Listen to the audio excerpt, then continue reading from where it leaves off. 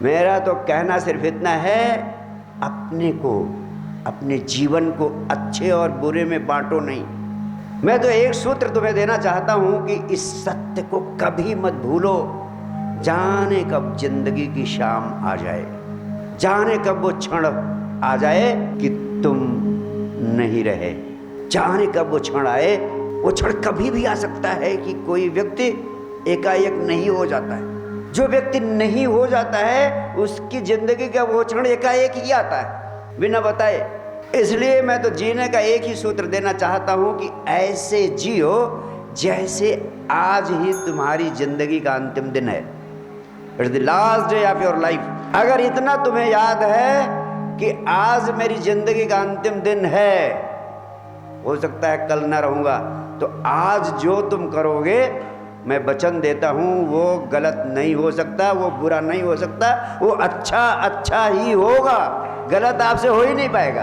आप प्रयोग करके देखो, मैंने बहुत गहनता से देखा। सिर्फ आप इतना सोचो कि किसी भी आदमी के लिए आज का दिन जिंदगी का अंतिम दिन हो सकता है और ये आज भी मेरी जिंदगी का अंतिम दिन हो सकता है, तो क्या जो मैं आज जो काम करने का भाव आ रहा है इसे करना चाहिए कि नहीं?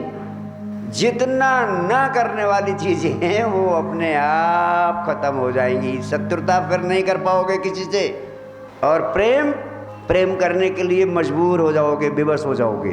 अगर समझ लोगे कि आज मेरी जिंदगी का अंतिम दिन हो सकता है तो शत्रुता नहीं कर पाओगे किसी से, बुराई नहीं कर पाओगे किसी के। इसलिए मैं अच्छे बुरे के चक्कर में तुम्हें उलझाना ही नहीं चाहता हूं। मैं तो कहता हूं तुम आज के दिन को पूर्णता से पूरा पूरा जियो, कि जो करो उसमें आवेग हो, उसमें त्वरा हो, उसमें जोश हो, उसमें उत्साह हो, उसको पूरे प्राणों से करो। जैसे मेरे पास आते हो तो मरे मराए मत आओ, आधे अधूरे मत आओ, ऐसे आओ कि मैं अपने सदगुरु के पास जा रहा हूँ और जितनी देर वहाँ रहूँगा सदगुरु के अलावा और कोई दूसरी चीज़ मेरे प्राणों में नहीं, मेरे चित्त में नहीं आएगी, मेरे ध्यान में नहीं आएगी।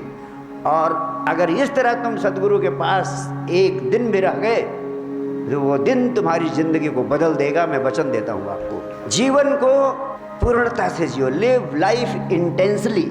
मैं तो पवित्र व्यक्ति की परिभाषा एक ही करता हूँ, जो व्यक्ति अपनी जिंदगी को पूर्णता से जीता है, जो धधक कर जीना जानता है। धधक कर जीने का अर्थ है, यूं मानो कि जिंदगी एक मशाल है, तो मशाल को एक तरफ जलाते हैं ना, मैं कहता हूँ मशाल को दोनों तरफ से जलाओ और धधक के जियो, यानी पूरा पूरा जियो।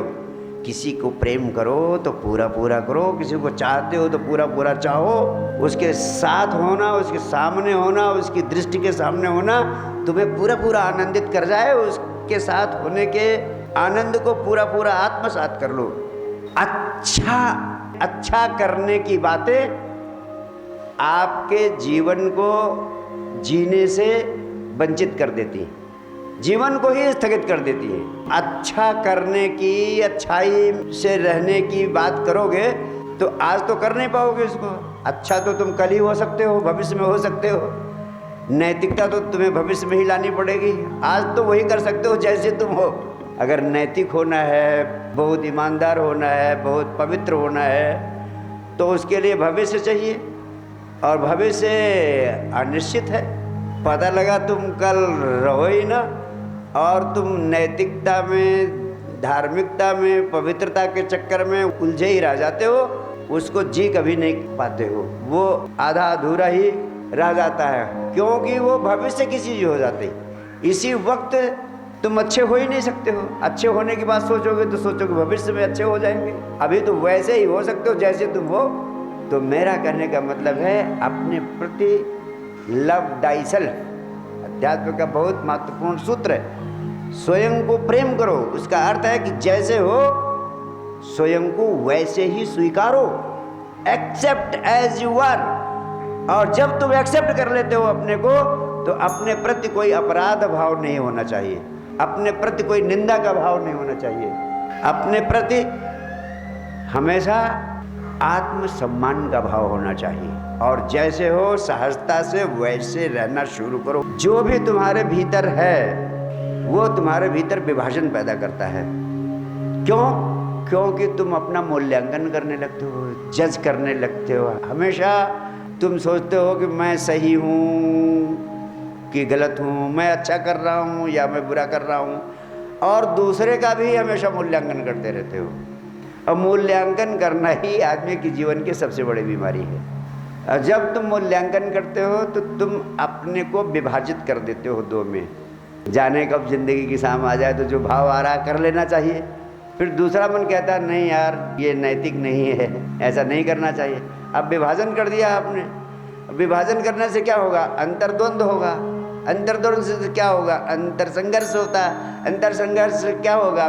पीड़ा पैदा होगी आपके भीतर, तनाव पैदा होगा आपके भीतर।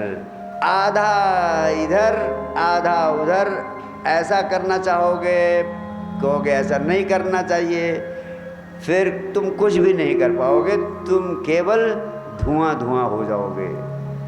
मैं तो कहना चाहता हूँ जीवन को व्यर्थ में मत गंवाओ। ये तो अद्भुत जीवन है मिला है, उसको व्यर्थ नहीं गंवाना है। इसलिए जैसे हो वैसे जियो।